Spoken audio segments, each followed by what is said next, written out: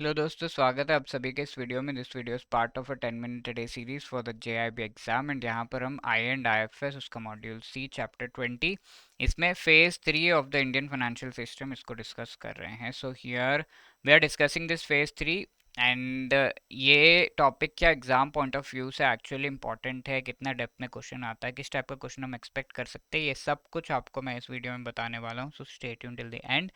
JIB exam की अच्छी preparation अगर आपको करनी है, you should have a very good idea of the previous questions, most important topics and MCQs, जिनको आप डाउनलोड कर सकते हैं in the PDF format which we have prepared and the link for that is given in the description. ठीक है, तो phase 3 of the Indian financial system, इसको पढ़ना एग्जाम पॉइंट ऑफ व्यू से इंपॉर्टेंट है। फेज 2 ज़्यादा इंपॉर्टेंट है। Phase 1 2 3 4 चार फेजेस है, तो second phase is more important. Phase 3 is also important but and let us see कि इसमें क्या क्या चीज़ें हैं, इसमें से भी क्वेश्चंस एग्जाम में आए हुए हैं। तो फेज 1 अगर हम देखें, उसमें वी हैव सीन कि प्री इंडिपेंडेंस 1947 से पहले का टाइम है जब इंडियन फाइनेंशियल सिस्टम डेवलप हो रहा था। First bank, bank of Hindustan, ये एस्टेब्लिश किया गया था कैलकाटा में 1880s के टाइम पे। Later on we had imperial bank 1921, जिसे एसबीआई बनाया गया 1955 में। ये सब कुछ हम पहले डिस्कस कर चुके हैं। Second phase is 1947 to 91 which is a very important phase. 91 में एलपीजी रिफॉर्म्स लाए थे हमने एंड 1947 में इंडिपेंडेंस मिला। Obviously after this we came with 5 year planning and then later on हमने काफ़ी सारे banks, financial development, financial institutions, वो सबको एस्टैब्लिश किया, जिसके बारे में हमने पढ़ा। बैंक का नेशनलाइजेशन भी यहाँ पर हुआ। And the third phase over here is a time of post liberalisation, यानी कि पोस्ट 1991 जब रिफॉर्म्स हम एक्चुअली इम्प्लीमेंट कर रहे थे, उस टाइम का ये फेज 3 है। तो actually what are the reason that we entered into this LPG reforms लाना पड़ा, एंड इंडिया के पास जो बैलेंस ऑफ पेमेंट क्राइसिस, यानी कि इंडिया के पास जो फॉरेन करेंसी अवेलेबल था वो बहुत कम हो गया था। 2 to 3 वीक्स ऑफ ऑयल खरीदने जितना पैसा ही बच गया था इंडिया के पास फॉरेक्स अगर हम देखें। तो इसके क्या रीजन थे, हमने देखा था कि इंटरनली लाइसेंस राज था, बहुत ही हाई ट्रेड टैरिफ्स थे, तो कौन सा कंट्री हमारे साथ ट्रेड करना चाहता। एंड एक्सटर्नली हमारे जो एक्सपोर्ट्स है वो डिप करते जा रहे थे, बिकॉज मेजर एक्सपोर्ट्स हमारे यूएसएसआर के साथ थे। 1991 में यूएसएसआर ब्रेक डाउन हो रहा था।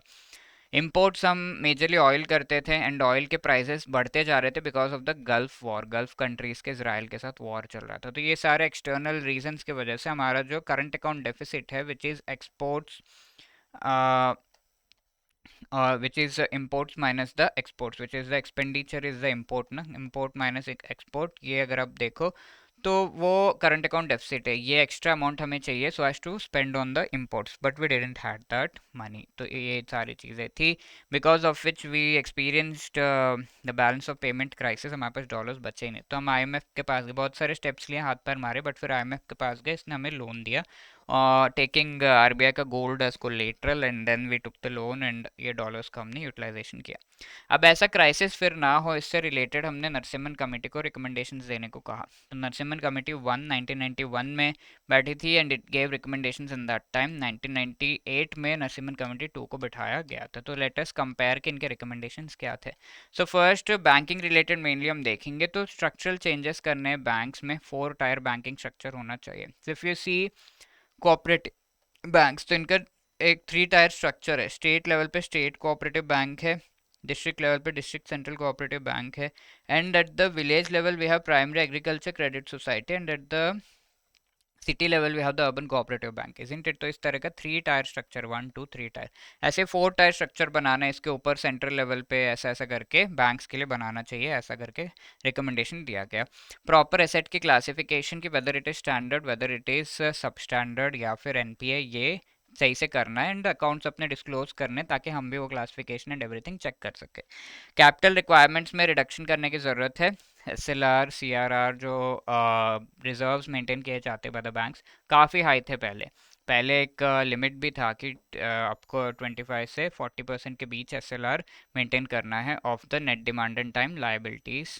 ठीक है, and limit on CRR was 3 to 20%। तो ये लिमिट्स हटा दिए गए, ओनली एसएलआर का हायर लिमिट है। And presently what is SLR CRR, ये भी पढ़ के जाइएगा, एग्जाम में बार बार पूछते हैं। Capital adequacy ratio, it is 8%।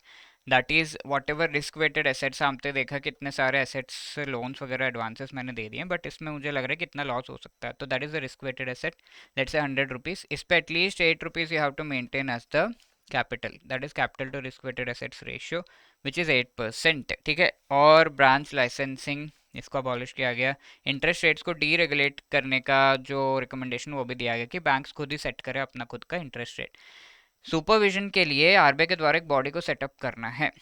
Supervision is something which is lower than regulation, RBI regulate करता है, अगर कुछ गलती हो गई तो उसको प्रॉम्प्ट करेक्टिव एक्शन में डालो, और वीक बैंक्स है तो नैरो बैंकिंग करवाओ, ये सारी चीज़ें हमने पहले देख रखी है, तो ये सब कुछ तो है। बट सुपरविजन इज रिक्वायर्ड कि आप गलत डायरेक्शन में अगर जा रहे हो तो स्टार्टिंग में ही बता दिया जाए by giving you a plan, giving you a report कि हाँ ये गलत है, इस तरीके से आप कोर्स करेक्शन कर सकते हैं। देन एनपीएस जो ऑलरेडी बैंक के क्रिएट हो गए उसका क्या, एसेट रिकंस्ट्रक्शन फंड एस्टैब्लिश करेंगे जिसके थ्रू इन एनपीएस को रिजॉल्व करने का पूरा काम हम करेंगे। एंड देन नसीमन कमेटी 2 ने रिफॉर्म सजेस्ट किए जहाँ पे बैंक्स को स्ट्रेंथन करना है। Bank should be capable of converting one currency into another, and forex में डील करने के लिए केपेबल होने चाहिए। स्ट्रॉन्ग बैंक्स को मर्ज करो एंड नैरो बैंकिंग करवाना है वीक बैंक्स के द्वारा। तो बैंक्स वीक है ऑलरेडी एंड वो बहुत रिस्की इन्वेस्टमेंट्स वगैरह कर रहे हैं, तो that should not happen. Narrow banking होना चाहिए जहाँ पर वो रिस्क बहुत ज़्यादा नहीं ले रहे। For example urban cooperative banks को बहुत ज़्यादा फॉरेक्स या शेयर्स बॉन्ड्स वगैरह में इन्वेस्ट करने नहीं दिया जाता। एंड ये कैपिटल एडिक्वेसी रेशियो पहले 8% रिकमेंड किया था, अब इंडिया में 9% रिकमेंड किया है। तो इंडिया में जनरली एक्चुअली 9% है, पूरे दुनिया में 8 है बट इंडिया में 9% है, that we maintain the capital adequacy ratio. And also bank board का फ्रेमवर्क वगैरह रिव्यू करना है, लॉस को रिव्यू करना है, ऐसे रिकमेंडेशंस भी दिए with respect to the banks.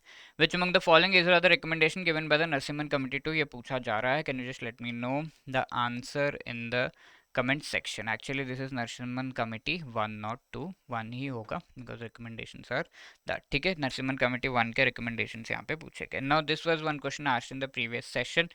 Bank of India से 1960 में उसने ज्वाइन किया and new bank of India में 1975 में उसने ट्रांसफ़र किया, ठीक है। तो ये जो पर्सन है वो कौन से बैंक से कौन से बैंक में एसेंशियली ट्रांसफ़र कर रहा है, ये चीज़ पूछा जा रहा है। ओके सो मैंने कहा था इसको आप पब्लिक कर लो। तो जब बैंक ऑफ इंडिया इसने ज्वाइन किया then at that time Bank of India actually 1969 में नेशनलाइज किया गया। तो Bank of India when he joined was a private bank, ठीक है। और न्यू बैंक ऑफ इंडिया जब इसने ज्वाइन किया 1975 में तब वो भी प्राइवेट था क्योंकि 1980 में इसे नेशनलाइज किया गया है। तो he essentially transferred from private to private bank, ठीक है। तो that is what he did. तो see private bank to private bank would be the right answer. Now apart from that आप जेआईबी एग्जाम की बहुत अच्छी तरीके से प्रिपरेशन कर सकते हैं and for this you can be using our super crash course जिसमें each component से related this just in 6 live classes most important topics को explain कर दिया जा रहा है। each and every chapter के आपको MCQs भी मिल रहे हैं, chapter wise notes हैं, each and every जो कंपोनेंट है उसका फुल लेंथ मॉक टेस्ट भी यहाँ पर आपको अवेलेबल है। अगर आप लाइव क्लास अटेंड नहीं कर पाए तो उसकी रिकॉर्डिंग भी मिल जाएगी, नथिंग टू वरी।